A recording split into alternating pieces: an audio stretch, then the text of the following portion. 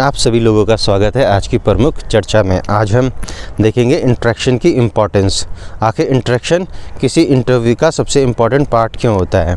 देखो, इंटरेक्शन इसलिए ज़रूरी होता है ताकि हम दूसरे के स्वभाव को जज कर सकें जब वो बातचीत करता है या लोगों के साथ वो किस तरह से अपनी फीलिंग्स को शेयर करता है। जब तक आप किसी से बातचीत नहीं करोगे तब तक क्या है, आप उसके बारे में अच्छी तरह से नहीं जान सकते हो, क्योंकि ये एक इम्पॉर्टेंट पार्ट होता है जिससे आपको आदमी की खूबियों के बारे में पता चलता है। तो इंटरव्यू का पर्पज़ यही होता है, आपकी इंटरेक्शन की क्षमता को जज करना। क्या आप इजीली एनवायरनमेंट को ऑब्ज़र्व कर सकते हो। अगर आप एनवायरनमेंट को इजीली ऑब्ज़र्व कर सकते हो, इट मीन्स दैट आप कैपेबल हो एनवायरनमेंट के अनुसार क्या है रिएक्ट करने के लिए। अगर आपके पास इतनी अच्छी क्षमता है, it means that you are very nice person in a social behaviour.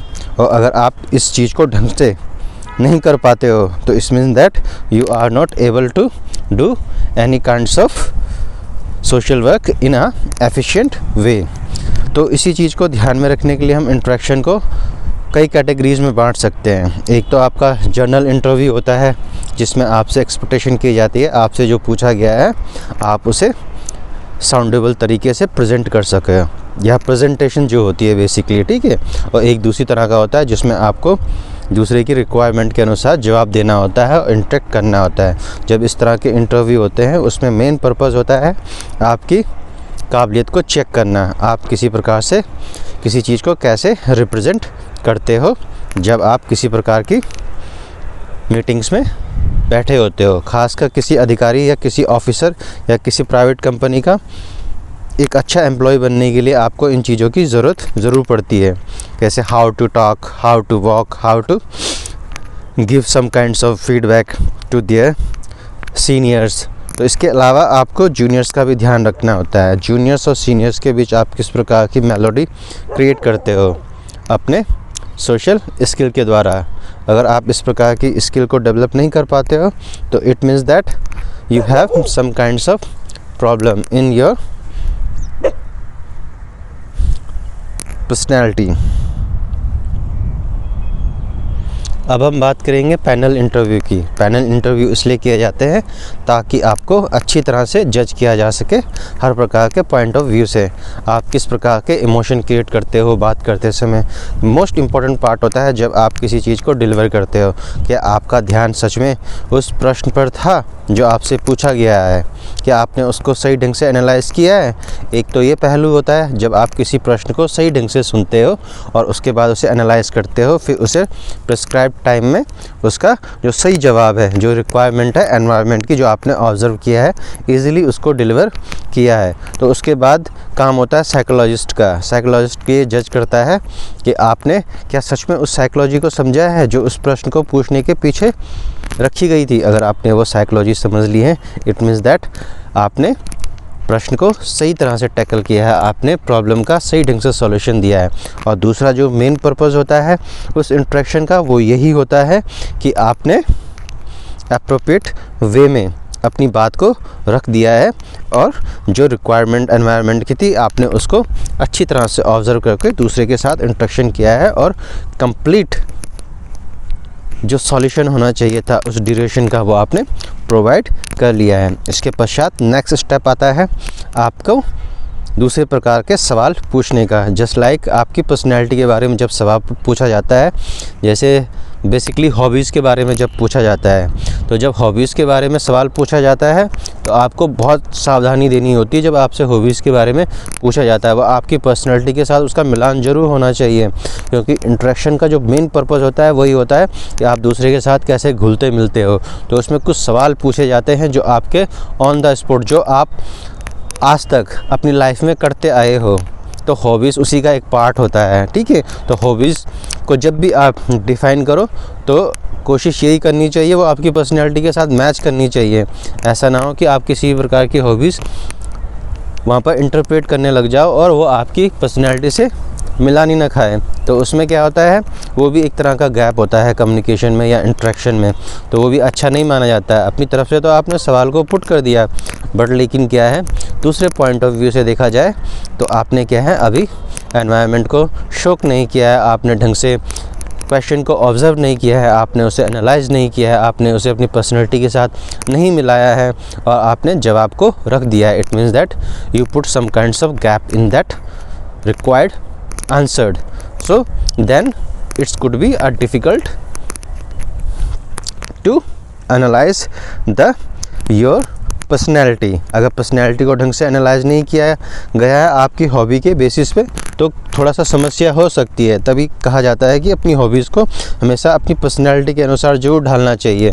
और वैसे ये कोई हर्डल नहीं है या कोई समस्या नहीं है कि आप पर्सनैलिटी को ढंग से डिफ़ाइन नहीं कर पाए, पर लेकिन क्या है, अगर आप इजीली उसको हैंडल कर लेते हो, इजीली अपनी पर्सनैलिटी को डिफ़ाइन कर लेते हो. जैसे आपको म्यूज़िक सुनने की आदत है तो आप कह सकते हो मुझे म्यूज़िक सुनना बहुत पसंद है, तो इट मीन्स दैट आपको सुनना पसंद है. सुनने का पसंद का मतलब होता है आपको नॉलेज है म्यूज़िक की. तो आपसे पूछा जा सकता है कि आपने आज तक किस किस प्रकार के म्यूज़िक सुने हैं, तो आपको उनके बारे में पता होना चाहिए थोड़ा बहुत. अगर आपको इस चीज़ को सुन रहे हो लंबे समय से, वो आपकी हॉबी का पार्ट है, तो आपको उसकी जानकारी होनी चाहिए. ऐसे स्पोर्ट्स होता है, ऐसे ही न्यूज़ होता है, रीडिंग होती है, स्टडिंग होती है, सिनेमा देखना होता है. तो आपको उन चीज़ों के बारे में बेसिक जानकारियाँ होनी चाहिए थोड़ा बहुत, तभी आप दूसरे के साथ क्या है इंटरेक्ट कर पाओगे और उस मेलोडी को क्रिएट कर पाओगे जो एनवायरनमेंट की रिक्वायरमेंट होती है. तो इंटरेक्शन का पर्पस जो मोस्ट इम्पॉर्टेंट होता है वो यही होता है ताकि आप दूसरे के साथ घुल मिल सको, आप अपनी सोशल स्किल को डिफ़ाइन कर सको. अगर आप ढंग से नहीं घुलते मिलते हो, आप ढंग से क्वेश्चंस को नहीं समझते हो और मेलोडी के साथ उनके जवाब नहीं दे पाते हो, it means that you put some kinds of gap in that conversation. आपने अपनी तरफ से जवाब तो रख दिए हैं, बट लेकिन क्या है वो अप्रोप्रिएट नहीं है. आपसे अगर किसी इंटरव्यू में अगर 10 सवाल पूछे जाते हैं और अगर आप उनमें से सिर्फ 6 सवालों का जवाब ही दे पाते हो, पर लेकिन उनमें अच्छी प्रकार की स्किल देखने को मिलती है, इट मीन्स दैट आपने इंटरव्यू को अच्छी तरह से टैकल किया है. और अगर आप 10 के 10 सवालों के जवाब देते हो और आपने 10 में से 5 सवालों के जवाब ऐसे दिए हैं कि उनमें अप्रोप्रिएशन बिल्कुल भी शो नहीं हो रहा है, इट मीन्स दैट आपने पर्सनैलिटी को कहीं ना कहीं डिस्टॉर्ट किया है फालतू के जवाब देके और दूसरे का टाइम भी ख़राब किया है. तो इसलिए ऐसे सवालों के जवाब नहीं देने चाहिए इंटरव्यू में जो आपको ढंग से ना आते हो. ठीक है, तो कोशिश यही करना चाहिए जो सवाल आपको ढंग से आते हैं उन्हीं का जवाब देना चाहिए, ताकि आपकी जो इंटरेक्शन की प्रोसेस है उसमें एक जो कनेक्शन है वो बहुत ही अच्छा देखने को मिले. अगर कनेक्शन बहुत अच्छा हो जाता है, इट मीन्स दैट आपने एनवायरनमेंट को अच्छी तरह से ऑब्ज़र्व किया है, उसके अनुसार आपने अच्छी तरह से क्या है रिएक्ट किया है. इट मीन्स दैट आपको एक अच्छा सेंस ऑफ ह्यूमर है एनवायरनमेंट को ऑब्ज़र्व करने का और उसी के अनुसार क्या आप रिएक्ट करते हो. तो ये साइकोलॉजिकल पॉइंट ऑफ व्यू से काफ़ी अच्छा माना जाता है और इंटरव्यू के पॉइंट ऑफ व्यू से भी बहुत अच्छा माना जाता है. अब जब आप एनवायरनमेंट को ऑब्ज़र्व करते हो, उसका टाइम बचाते हो और उसकी रिक्वायरमेंट के अनुसार अपने सवालों को प्रेजेंट करते हो और उसके पश्चात ही आप नई प्रोसेस को अडेप्ट करने के लायक हो जाते हो. तो नई प्रोसेस जो होती है वो होता है फाइनल कंक्लूज़न. तो हाँ, उसे हम देखेंगे इस प्रकार. फाइनल कंक्लूज़न में हम मोस्टली इस चीज़ पे फोकस रखेंगे. जब आपका इंटरव्यू कंप्लीट हो जाता है तो आपको भी पता चल जाता है कि इंटरव्यू कंप्लीट हो चुका है. तो जब आप इस प्रकार की प्रक्रिया को पूरा कर चुके होते हो और जब आप पैनल को छोड़ने वाले होते हो या बाहर निकलने वाले होते हैं इंटरव्यू रूम से, तो कोशिश करें उससे पहले क्या है इंटरेक्शन के लिए उन लोगों को शुक्रिया अदा ज़रूर करें और बहुत ही स्मूथली तरीके से बिल्कुल साइलेंटली आपको वॉक करते हुए बाहर जाना है. बिल्कुल भी ऐसी जल्दबाजी नहीं दिखानी है कि आपने क्या है उस टारगेट को अचीव कर लिया है जिसके लिए आप आए थे. नहीं, ऐसा बिल्कुल नहीं करना. एक जेंटल वे में आपको रूम से बाहर निकलना है. जिस जेंटल तरीके से आप उस कमरे में आप एंट्री किए थे, आपको उसी तरह से क्या है बाहर भी निकलना है. इट मीन्स दैट आपने फर्स्ट स्टेप को जिस तरह से फॉलो किया था उसी तरह से आपने फिनिशिंग पॉइंट को भी फॉलो किया है. इट मीन्स दैट एक छोर से लेके जो दूसरे छोर का जो कनेक्शन है, एक सर्कल है, आपने दोनों को अच्छी तरह से मिलाया है और उसी के कारण क्या है आपकी पूरी प्रक्रिया कंप्लीट हो जाती है. अब रही बात पैनल की, तो पैनल वाले इंटरव्यू थोड़ा अलग तरह के होते हैं. पैनल में कई तरह के लोग हो सकते हैं. पैनल में 2 लोग हो सकते हैं, 3 लोग हो सकते हैं या मोर देन मोर देन 2 तो हो ही सकते हैं, बट लेकिन जो है मोस्ट इम्पॉर्टेंट जो प्रायोरिटी देखी जाती है पैनल इंटरव्यू की, अगर आप किसी जॉब के लिए जा रहे हो तो उसमें मेन फोकस होता है आपकी पर्सनैलिटी पे कि आप एनवायरनमेंट को सूट करते हो या नहीं होते हो। तो उससे भी संबंधित आपके 2-3 सवाल ज़रूर होंगे। अगर आप एडमिनिस्ट्रेटिव जॉब के लिए जा रहे हो तो आपसे एडमिनिस्ट्रेटिव जॉब को लेके 2-3 सवाल ज़रूर होंगे। और दूसरा, अगर आप किसी ऐसी जॉब के लिए जा रहे हो जो आपकी स्पेसिफिकेशन से मैच करती है, जैसे सपोज दैट आप एक इंजीनियर हो, जैसे सपोज दैट आप एक मैकेनिकल इंजीनियर हो, तो मैकेनिकल इंजीनियरिंग से एक सवाल ज़रूर होता है और दूसरा आपकी पर्सनैलिटी से होता है। इसी प्रकार से जब आउट ऑफ रेंज आप किसी दूसरे फील्ड के लिए इंटरव्यू देने जाते हो तो उसमें क्या होता है, उस पर्टिकुलर फील्ड से एक सवाल ज़रूर होता है। तो उन चीज़ों को अच्छी तरह से प्रिपेयर करके ही आपको किसी भी इंटरेक्शन में पार्टिसिपेट करना चाहिए। और रही बात कम्युनिकेशन गैप की, बहुत सारे लोगों की पिच हल्की होती है, बहुत सारे लोगों की पिच बहुत भारी होती है। तो भारी पिच वालों से ये संभावना की जाती है थोड़ा आराम से बोले, ताकि क्या है उनके शब्दों का जो उच्चारण है एक अच्छे फॉर्म में या एक अच्छे वे में लोगों के सामने आ सके। उससे इंटरेक्शन बहुत प्यारा बनता है और सामने वाले को वो अच्छा लगता है। और जिन लोगों की पिच बहुत तेज़ होती है तो उनसे कोशिश ये की जाती है थोड़ा वो स्लो बोलें, ताकि क्या है अच्छी तरह से वो अपने आप को प्रेजेंट कर सकें। और पिच अच्छी होने का यही फ़ायदा होता है कि आपके शब्दों को अच्छी तरह से कंसीडर किया जा सकता है। तो इसलिए आपको ज़्यादा तेज़ी नहीं दिखानी है कि इंटरव्यू मुझे 5 मिनट में ख़त्म करना है, ऐसा बिल्कुल भी नहीं करना है। आपको बिल्कुल एक शांत मस्तिष्क के साथ अपने आप को प्रेजेंट करना होता है, ताकि आप शब्दों को अच्छी तरह से डिलीवर कर सको। तो आपको अपनी पिच के बारे में भी पता होना चाहिए, क्या आपकी वॉइस भारी है तो उस तरह से आपको बोलना सीखना चाहिए। अगर आपकी पिच बहुत ज़्यादा हल्की है, हल्की पिच होने का मतलब होता है आप बहुत स्लो बोलना पसंद करते हो, तो उसका तो एक ही सॉल्यूशन है कि आप किसी ग्रुप को ज्वाइन करें और उसमें उस प्रकार के टॉपिक या मुद्दे को चर्चा में लाएं जिनके बारे में आपको अच्छी जानकारी है और आप अच्छा तरह से खुल के बोल सको। जब आप इस तरह की प्रैक्टिस करते हो तो उस ग्रुप को भी आपको जानने में सहूलियत होती है और आपको भी उस ग्रुप को जानने में सहूलियत होती है। आप बहुत सारी चीज़ें सीखते हो, क्योंकि जो कन्वर्सेशन है, इंटरेक्शन है, एक सोशल आर्ट है। ये आप किसी पैनल में नहीं सीख सकते हो, ना ही किसी मॉक इंटरव्यू में सीख सकते हो।